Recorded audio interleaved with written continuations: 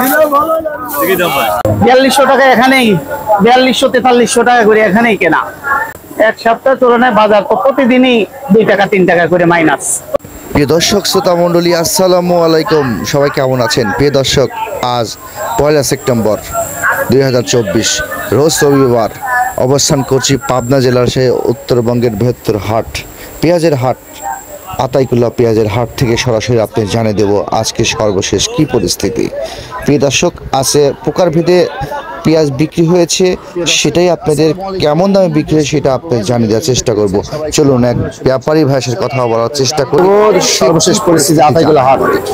আসসালামু আলাইকুম দাদা ভাই। ওয়ালাইকুম আসসালাম দাদা ভাই, কেমন আছেন? আলহামদুলিল্লাহ, ভালো আছি। কেমন দাদা ভাই? ভালো আছি আলহামদুলিল্লাহ। আসলে ব্যবসা পরিস্থিতি তো ব্যবসা পরিস্থিতি তো ভালো নাই। ভালো না দাদা, ব্যবসা পরিস্থিতি ভালো না। আমাদের এখানে পর্যাপ্ত পরিমাণ মাল, কিন্তু দাম, কৃষক তো দাম কম ছাড়ে না।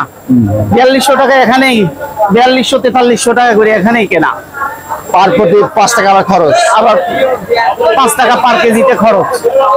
তাহলে এখন এই মাল নিয়ে এখন উপরওয়ালার ইচ্ছা, এখন উপরওয়ালার উপর সাইডে দেওয়া যা হয় কপালে। এক সপ্তাহ তুলনায় বাজারটা কি দাঁড়াচ্ছে?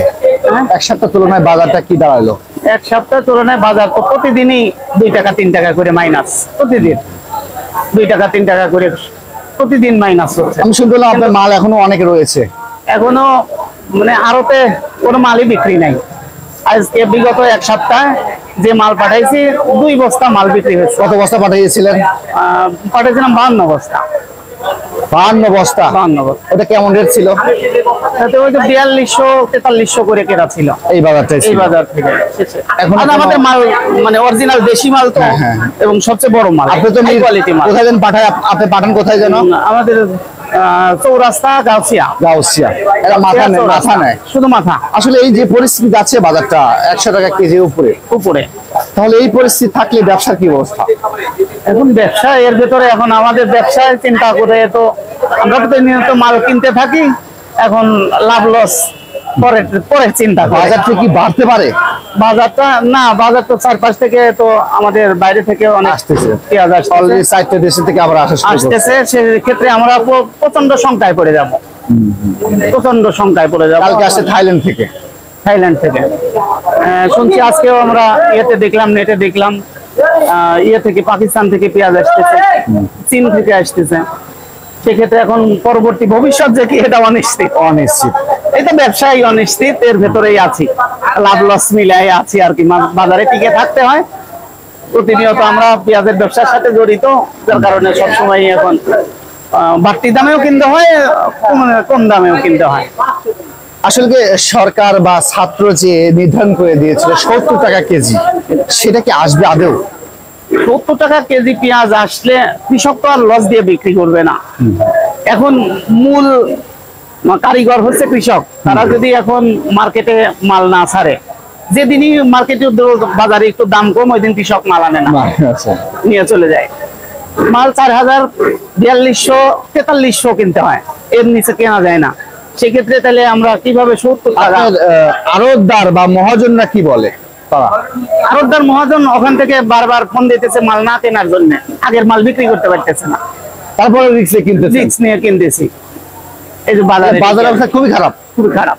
কৃষক টাকা পাচ্ছে, কৃষক এই যে কৃষক না কম দাম হলে তো বিক্রি করতেছে না। আমরা শুধু ফেসবুকে দেখতেছি যে 70 টাকা, আসলে বাজার তো আপনারাও দেখতেছেন যে বাজার কিরকম। কৃষকে যদি 4200 করে নেয়, তাহলে আমরা কি করব সেক্ষেত্রে?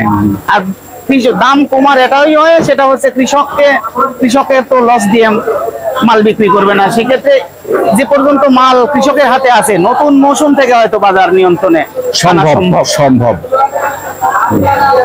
এই অবস্থায় ব্যবসা আপনারা করে যাচ্ছেন, রিস্ক নিয়ে, পুরো ঝুঁকি। তাহলে এই অবস্থা থেকে থাকে, তাহলে তো আপনাদের রিস্ক নিয়ে ব্যবসা করেন, অনেক তো ব্যবসায়িক ধরে পড়বে।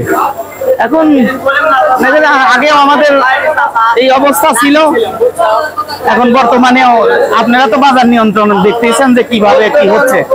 সেক্ষেত্রে আমরা যদি কম দামে পাই, তাহলে কম দামে বিক্রি করলে আমাদের সমস্যা হবে না। বেশি দামে মাল আমরা সবসময় মার্কেটে যোগাযোগ রাখতেছি আড়তদারদের সাথে, যেন আমাদের কেনা দামের সাথে একটা সামঞ্জস্য রেখে বিক্রি করে।